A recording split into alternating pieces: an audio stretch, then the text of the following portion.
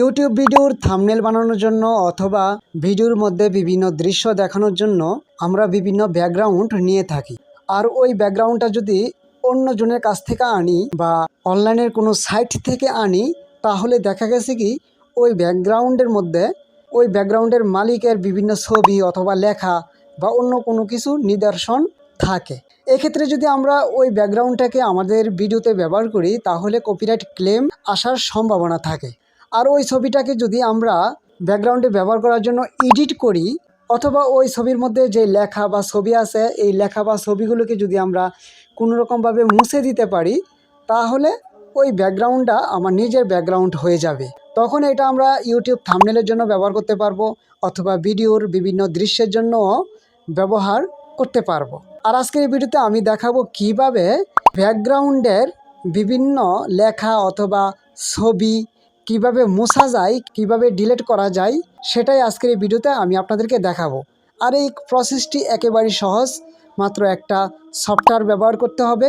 Software ব্যবহার করে একটা ক্লিক দিব, দেখবেন লেখা অথবা ছবি চলে যাবে। তাহলে চলুন প্রসেসটা দেখাই। তো আমি চলে আসলাম আমার মোবাইলে হোম স্ক্রিনে। এখন আমি চাচ্ছি এই ছবিটাকে আমার একটা ব্লগ চ্যানেলের একটা ভিডিওর থাম্বনেলে ব্যবহার করার জন্য এই ছবিটা। কিন্তু এখানে দেখুন লেখা আছে এনটিভি অনলাইন, অর্থাৎ এই ছবিটার মালিক হচ্ছে এনটিভি অনলাইন। এখন এই অবস্থায় যদি আমি আমার থাম্বনেলে ব্যবহার করি এই ছবিটা, তাহলে কপিরাইট ক্লেম আসার সম্ভাবনা থাকে। তাহলে কি করতে হবে? এই ছবিটাকে আমার করে নিতে হবে। আর আমার করে নেওয়ার জন্য এটাকে এডিট করতে হবে। মানে এই যে এনটিভি অনলাইন এই লেখাটাকে মুছে দিতে হবে এবং একটু ফিল্টার ব্যবহার করে কালারটা একটু পরিবর্তন করে দিতে হবে। তাহলে এই ছবিটা আমার হয়ে যাবে। তো এই যে এটা হলো আমার মোবাইলের প্লে স্টোর। আমি এখন এই প্লে স্টোরের মধ্যে ক্লিক করব। এই যে ক্লিক করলাম। ক্লিক করার পর এখন আমি সার্চ বারে সার্চ করব, লিখব touch retouch, TOUCH, touch retouch, RETOUCH, touch retouch. এখন আমি এটাকে সার্চ করব।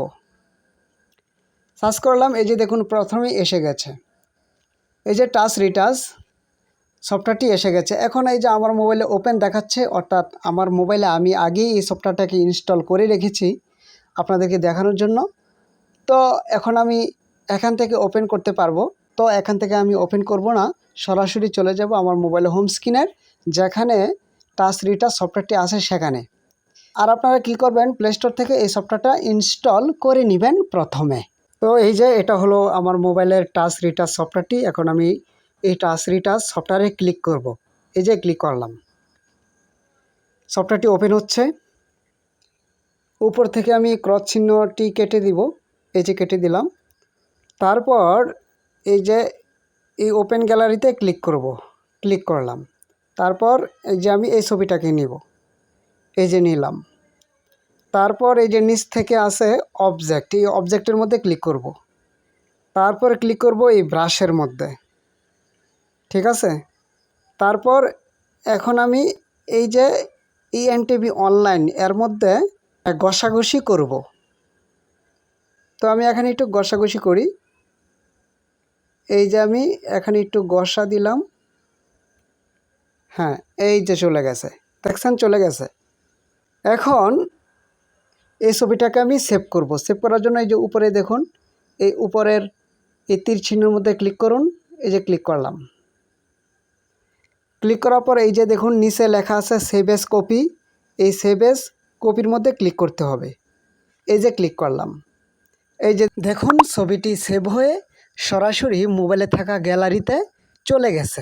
এভাবেই মূলত আপনারা এই সফটওয়্যারটি দিয়ে বিভিন্ন অবজেক্ট রিমুভ করে আপনাদের ভিডিওর থাম্বনেলে ব্যবহার করতে পারবেন যে কোনো ছবি। আর ছবিটাকে একটু ফিল্টার করে নেবেন, তাহলে আরও বেশি ভালো হবে থাম্বনেলে ব্যবহার করার জন্য। এখন আমি এই সফটওয়্যার সম্পর্কে আরও কিছু কথা বলে নেই। এই সফটওয়্যারটি দিয়ে আপনি প্রত্যেক দিন মাত্র একটা ছবি অবজেক্টে রিমুভ করে আপনার গ্যালারিতে সেভ করে ছবিটাকে নিতে পারবেন। প্রতিদিন একটার বেশি ছবি অবজেক্ট রিমুভ করে সেভ করে আপনার মোবাইলে থাকা গ্যালারিতে নিতে পারবেন না, একটার বেশি নিতে পারবেন না। এটা হলো এই টাচ রিটাচ সফটওয়্যারের নিয়ম। আর এই সফটওয়্যারটি ব্যবহার করার জন্য কোনো প্রকার ইন্টারনেটের কানেক্টেড প্রয়োজন হবে না, সম্পূর্ণ অফলাইনেই ব্যবহার করতে পারবেন। ঠিক আছে, সবাইকে ধন্যবাদ।